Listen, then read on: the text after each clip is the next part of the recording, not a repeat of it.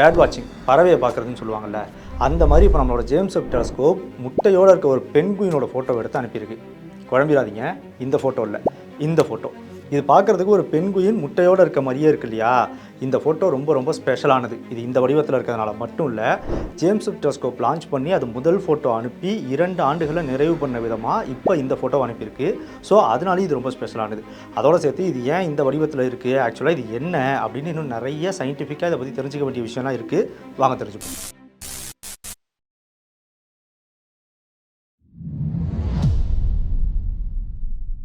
James web telescope July 12, 2022 அன்னைக்கு தன்னோட முதல் ஃபோட்டோவை ரிலீஸ் பண்ணுச்சு.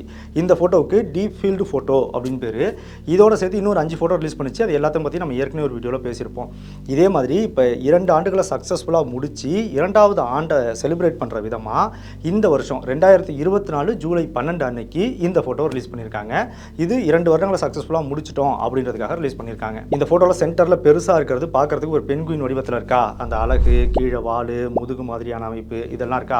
இதுக்கு பக்கத்துலயே வெள்ளை கலர்ல பளிச்சுன்னு ஒன்று மின்னிக்கிட்டு இருக்கு. அது பார்க்கறதுக்கு பென்குயினோட முட்டை மாதிரி இருக்கா.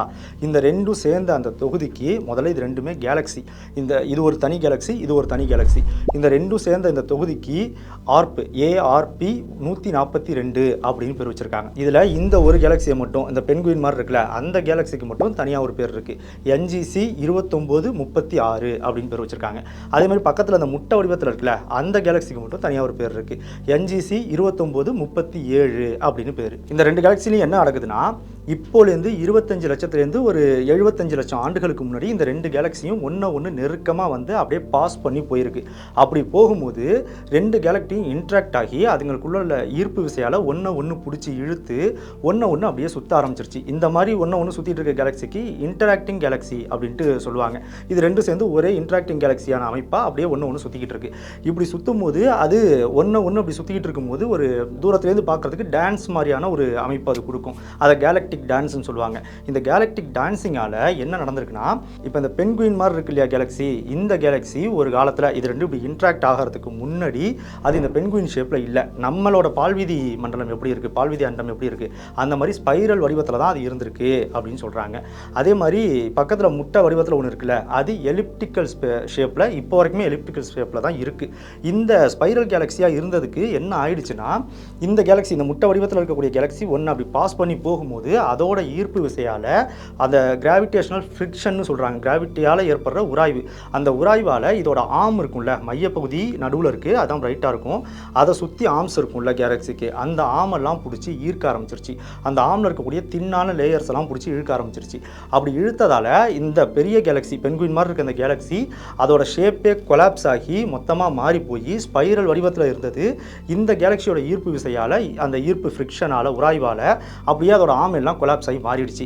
கேலக்டிக் சென்டர் இருக்குல்ல, மையம் பளிச்சுன்னு தெரியும்ல, அது அப்படியே நகர்ந்து போய் இப்போ இந்த பென்குயினோட கண்ணு மாதிரி பளிச்சுன்னு மின்னுது பார்த்தீங்களா, அதுதான் ஒரு காலத்தில் கேலக்டிக் சென்டராக இருந்திருக்கு. இப்போ அது அப்படியே மூளைக்கு தள்ளி போய் ஒரு ஓரத்தில் அப்படியே இருக்குது. மற்றபடி ஆர்ம்ஸ் எல்லாம் வேறு ஷேப்பில் மாறி போச்சு. அந்த கேலக்டிக் ஆர்ம்லாம் தான் வித்தியாசமான ஷேப்பில் இப்போ இந்த பென்குயினோட அழகு மாதிரி, முதுகு மாதிரி, வால் மாதிரி இப்படியெல்லாம் மாறிடுச்சு. இப்போ இந்த எலிப்டிக்கல் ஷேப்பில் இருக்க முட்டை வடிவத்தில் இருக்கக்கூடிய இந்த கேலக்ஸி இந்த ஈர்ப்பால் இதை பிடிச்சி இழுத்ததுனால தின்னா அதோட ஆர்மில் இருந்த பகுதியெல்லாம் ஒன்று அந்த ஆர்ம் ஃபுல்லாகவே நிறைய டஸ்ட்டு, நிறைய கேஸ் இருந்திருக்கு. அதெல்லாம் ஒன்று ஈர்த்து ஒன்று மோதி நிறைய நியூ ஸ்டார்ஸ் ஃபார்மேஷனுக்கு அது ரொம்ப ஹெல்ப்ஃபுல்லாக இருந்திருக்கு. இப்போ நீங்கள் பார்த்தீங்கன்னா தெரியும், அதில் இந்த பென்குயினில் அழகு மாதிரி இருக்க இடத்துல அந்த அழகுல மீன் கொத்தி இருக்கிற மாதிரி, மீன் அந்த பென்குயின் கொத்தி பிடிச்ச மாதிரி இருக்குல்ல, அந்த இடத்துலலாம் பிரைட்டாக தெரியுது பார்த்தீங்களா. இது எல்லாமே நியூ ஸ்டார் ஃபார்மேஷன், புதுசாக நட்சத்திரங்கள் அந்த இடத்துல உருவாக்கிட்டு இருக்கு. அதுக்கு காரணம் இந்த 2 கேலக்சியும் இன்ட்ராக்ட் ஆனதுனால தான், இந்த முட்டை கேலக்சி அதை பிடிச்சி இழுக்கிறதுனால தான் இது இப்படி உருவாகிருக்கு. அதே மாதிரியே இந்த வால் பக்கத்தில் பார்த்தீங்கன்னா அந்த இடத்துலையுமே நிறைய புது ஸ்டார்ஸ் உருவாகிட்டு இருக்கு. இந்த புது ஸ்டார்ஸ்லாம் உருவாகிருக்குல்ல, அதை சுற்றி நிறைய டஸ்ட்டு, நிறைய கேஸஸ் இருக்குது. இந்த இடத்துல கார்பன் மாலிகூல்ஸாலான, குறிப்பாக பாலிசைக்ளிக் அரோமேட்டிக் ஹைட்ரோ கார்பன், அதனாலான நிறைய டஸ்ட்டு அதோட அழகுலேருந்து அப்படியே அதோட முதுகு, வால் பகுதி எல்லா இடத்துலையும் அப்படியே டஸ்ட்டு இருக்கிறத நம்மளால் தெளிவாக பார்க்க முடியும்.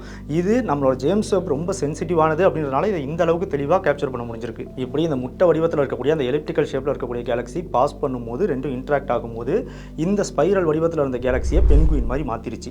ஆனால் இந்த முட்டை வடிவத்தில் இருந்த கேலக்ஸியில் எந்த விதமான மாற்றமும் அது இன்ட்ராக்ட் ஆகிறதுக்கு முன்னாடி எப்படி இருந்துச்சோ அப்படியே இருக்குது. எந்த மாற்றமும் இல்லாமல் இப்போ வரைக்கும் அது எலிப்டிக்கல் ஷேப்லேயே இருக்குது. இதுக்கு என்ன காரணம்னா, நான் ஏற்கனவே சொன்ன மாதிரி இந்த ஸ்பைரல் கேலக்ஸியில் நிறைய டஸ்ட் இருக்குது, நிறைய கேஸ் இருக்குது.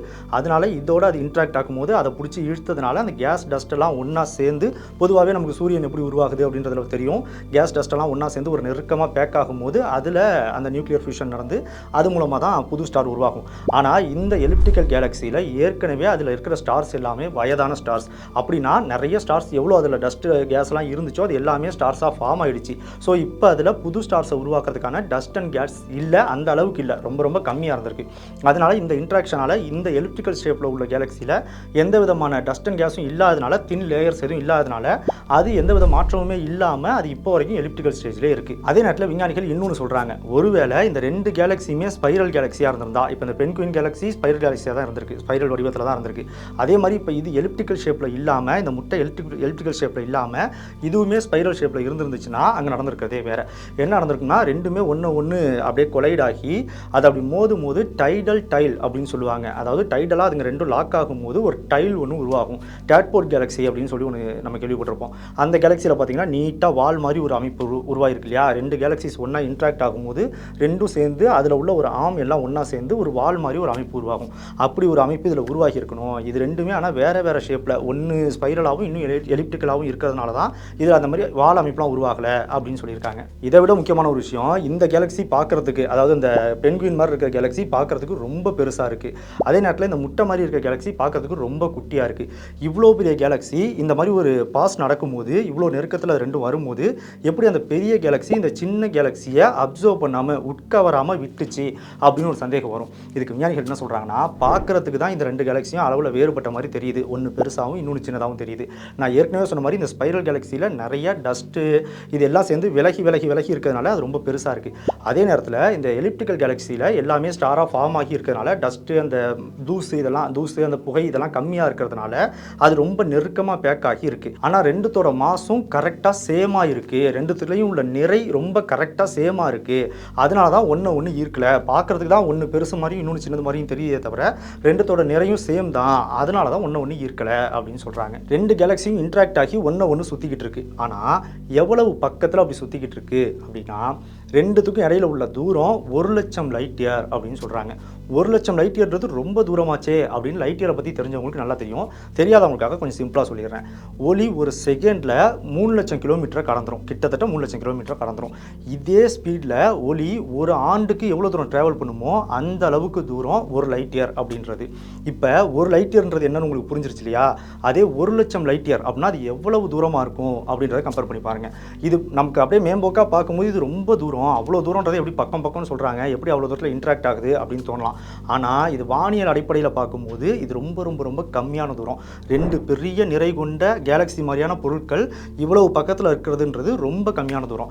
உதாரணத்துக்கு இப்போ நம்மளோட மில்கிவே கேலக்ஸி, ஆண்ட்ரோமெடா கேலக்ஸி. நம்ம மில்கிவே கேலக்ஸிக்கு பக்கத்தில் இருக்கக்கூடிய ஒரு கேலக்ஸினா அது ஆண்ட்ரோமெடா கேலக்ஸி தான். ஆனால் இதுங்க ரெண்டுத்துக்கும் இடையில உள்ள தூரம் எவ்வளோ தெரியுமா? 25 லட்சம் லைட் இயர். ஆனால் இதையே நம்ம பக்கத்தில் இருக்குன்னு சொல்கிறோம். இந்த ரெண்டு கேலக்ஸியுமே இன்னும் கொஞ்சம் நாளில் மோத தான் போகுது. அதுக்கான ஒரு 400 கோடி ஆண்டுகளுக்கு மேலே ஆகும் அப்படின்றத நம்ம ஏற்கனவே நிறைய வீடியோஸில் பேசியிருக்கோம். இதுவுமே உங்களுக்கு ஒரு டவுட்டை ஏற்படுத்துச்சு. இந்த பிரபஞ்சம் வேகமாக விரிவடைஞ்சிட்டு இருக்கும்போது எப்படி ரெண்டு கேலக்ஸி மட்டும் ஒன்றா சேரும், எல்லா கேலக்ஸியும் ஒன்று விட்டு ஒன்று தள்ளி தானே போகும் அப்படின்னு ஒரு சந்தேகத்தை ஏற்படுத்துச்சு. அந்த கேள்விக்கான பதில் அடுத்த வீடியோவில் வருது. இப்போ இந்த ரெண்டு கேலக்ஸியும் 1,00,000 லைட் இயர்க்குள்ளே இருக்குது அப்படின்றத தெரிஞ்சுக்கங்க. இது வரைக்கும் இந்த ஃபோட்டோவில் வெப் எதை ஃபோக்கஸ் பண்ணி மையத்தில் வச்சு எடுத்துச்சோ அதை பற்றி பார்த்தோம்.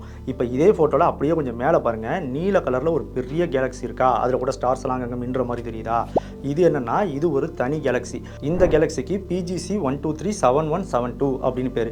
இது நம்ம பூமியிலிருந்து கிட்டத்தட்ட 10 கோடி ஒளியாண்டுகள் தொலைவில் இருக்குது. இதை வெப் அதோட ஃபோக்கஸ் பாயிண்ட்லேயே கொண்டு வரல, ஆனாலும் அது பின்னல தூரத்தில் இருந்தாலுமே அது தெரிஞ்சிருக்கு. இதில் என்ன ஒரு வித்தியாசமான சம்பவம்னா, இப்போ இந்த நீங்கள் பார்த்துட்டு இருக்க இந்த பென்குயின் முட்டையோட இருக்க ஃபோட்டோ இருக்குல்ல, இது ஜேம்ஸ் வெப் டெலஸ்கோப் அதோட நியர் இன்ஃப்ராரெட் இமேஜர், அதே நேரத்தில் மிட் இன்ஃப்ராரெட் இன்ஸ்ட்ருமெண்ட், இது ரெண்டுத்தையும் சேர்த்து எடுத்த ஃபோட்டோ, ரெண்டுத்தையும் தனித்தனியாக எடுத்த ஃபோட்டோ, அதை கம்பைன் பண்ணி நமக்கு கொடுத்துருக்காங்க. இப்போது இதை ரெண்டுத்தையும் கம்பைன் பண்ணும்போது தூரத்தில் உள்ள இந்த ரெண்டும் தெரிகிற மாதிரியே, இந்த ரெண்டு கேலக்ஸியும் தெரிகிற மாதிரியே தூரத்தில் உள்ள அந்த நீல கலரில் தெரியக்கூடிய அந்த கேலக்ஸியும் தெரியுது. ஆனால் இப்போ அப்படியே இந்த ஃபோட்டோவை மிட் இன்ஃப்ராரெட் இமேஜ் மட்டும் இருக்கக்கூடிய ஃபோட்டோவை மாத்திரம் என்ன நடக்குதுன்னு பாருங்கள். அந்த நீல கலரில் அந்த கேலக்ஸி சுத்தமாக மறைஞ்சிருச்சா? இது எம்ஐஆர்ஐ ஃபோட்டோ மட்டும். இங்கே என்ன நடக்குதுன்னா, பொதுவாகவே இந்த எம்ஐஆர்ஐ மிட் இன்ஃப்ராரெட் இன்ஸ்ட்ருமெண்ட் இருக்கு இல்லையா, இது பழைய குளிர்ச்சியான தூசுகள், அப்புறம் அந்த புகை இதெல்லாம் நிறைஞ்ச பகுதிகளை மட்டுமே கேப்சர் பண்ணக்கூடிய கெப்பாசிட்டியோடு இருக்குது. ஆனால் இது ரொம்ப புது நட்சத்திரங்கள்லாம் பார்க்கணுன்னா இதால் அதை பார்க்க முடியாது. அதனால தான் அதை அந்த நியர் இன்ஃப்ராரெட் கேமராவையும் சேர்த்து கம்பைன் பண்ணி நமக்கு ஒரு ஃபோட்டோவை கொடுக்குறாங்க. இந்த மிட் இன்ஃப்ராரெட் இமேஜரோட ஃபோட்டோவை மட்டும் நம்ம பார்க்கும்போது அது புது நட்சத்திரங்கள். இப்போ தூரத்தில் அந்த நீல கலரில் தெரியுதுல்ல, அது எல்லாமே நீல கலரில் இருக்கனால அதில் ஃபுல்லாக அது எதால் ஆயிருக்குன்னா ப்ளூ ஸ்டார்ஸால், அப்படின்னா நியூ ஸ்டார்ஸால், புதுசாக உருவாகியிருக்க நட்சத்திரங்களால் மட்டுமே அது ஆனதுனால அது இந்த மிட் இன்ஃப்ராரெட் இமேஜரில் பார்க்குறதுக்கு தெரியல. இதில் அது மறைஞ்சு போயிடுது. ஸோ அதை கம்பைன் பண்ணி அதையும் சேர்த்து நம்மள்ட்ட காமிச்சிருக்காங்க. இந்த பென்குயின் முட்டையோடு இருக்க இந்த கேலக்ஸியோட ஃபோட்டோ இப்போ ஜேம்ஸ் வெப் டெலஸ்கோப் முதல்ல எடுக்கல. ஏற்கனவே ஹபிள் டெலஸ்கோப் இது எடுத்திருக்கு. 2013 ஹபிள் டெலஸ்கோப் எடுத்த ஃபோட்டோ இதுதான். இப்போ இது ரெண்டுத்தையும் அப்படியே கம்பேர் பண்ணி காட்டுறோம் பாருங்கள். இது நாசாவே அவங்களோட அஃபிஷியல் வெப்சைட்டில் கொடுத்துருக்காங்க. அதை கம்பேர் பண்ணும்போது உங்களுக்கே புரியும். இந்த லெஃப்ட் சைடில் இருக்கிறது ஹபிள் எடுத்த ஃபோட்டோ, ரைட் சைடில் இருக்கிறது ஜேம்ஸ் வெப் டெலஸ்கோப் எடுத்த ஃபோட்டோ.